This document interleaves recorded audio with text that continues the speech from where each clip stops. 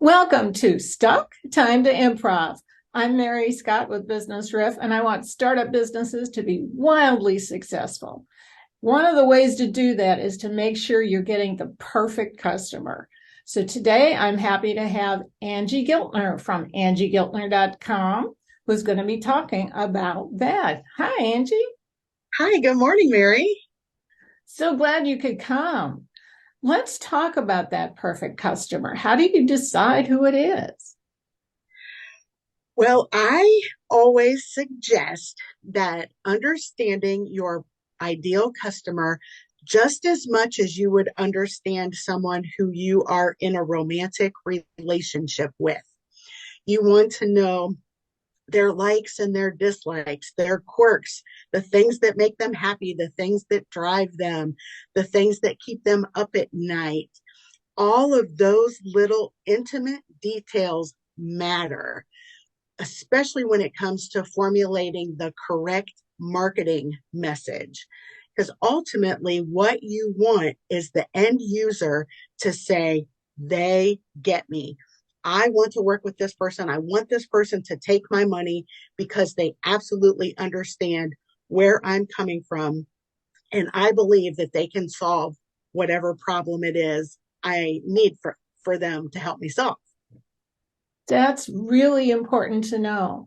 So, how about some tips about how to actually determine what those things are in a perfect customer? Sure. So you definitely want to look at where your strengths lie. What are the things that whatever product or service that you are offering, come up with what you believe your ideal target market is. And then it's going to be very broad at that point. And you'll want to do things like I call it going in and hacking your competitors, going in and looking at what are your competitors doing, who are they attracting, what types of messages seem to be resonating with your with their ideal target market. And then the funnel, the very broad, starts to slowly become very narrow. Also looking at where are they hanging out online. Are they on what type of social media? LinkedIn, Twitter, Facebook, all of them. Are they making posts on Reddit? What YouTube channels are they subscribing to? Looking at all of those types of things. And by the time that you have your ideal customer narrowed down, you should be able to name them as if they are a person. And so I do want to give a little bit of a broad statement here because I often work with people who are in, like, I'll say, like the insurance industry, where, obviously they serve a very broad audience. But look at, well, who do you want to attract into your business? Is it the one offs, the people who just want one policy for their antique car? Or do you want to be able to sell them their home insurance, their life insurance, their vehicle insurance, insurance for their children? How much money do they make a year? What does the family composition look like of that particular person? So start, even though it's good to be able to name your ideal client and give them a name, sometimes we do, depending on your industry, need to look at them in a little broader terms of, and how much, looking at your industry, the lifetime value of the client, and who do you want to attract to increase that lifetime value of your clients.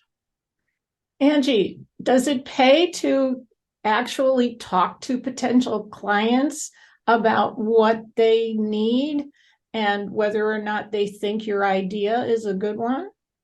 Oh, absolutely. You always want to do market research and going out and having those conversations, whether it's posting something on Alignable or on LinkedIn and saying, hey, what do you think about whatever it is? And start to get some feedback.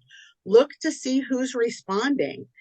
Perhaps your who you thought you were talking to with whatever product or service it is that you're thinking about exploring as an entrepreneur, that might shift a little bit based on the types of responses that you're getting. So, absolutely, it's worth the ask because you definitely want to know, is there even a need? Are people craving the product or service that I would like to offer? And I find it's also a good idea to talk to just generally people and ask them who they think would be a good customer for what you're providing.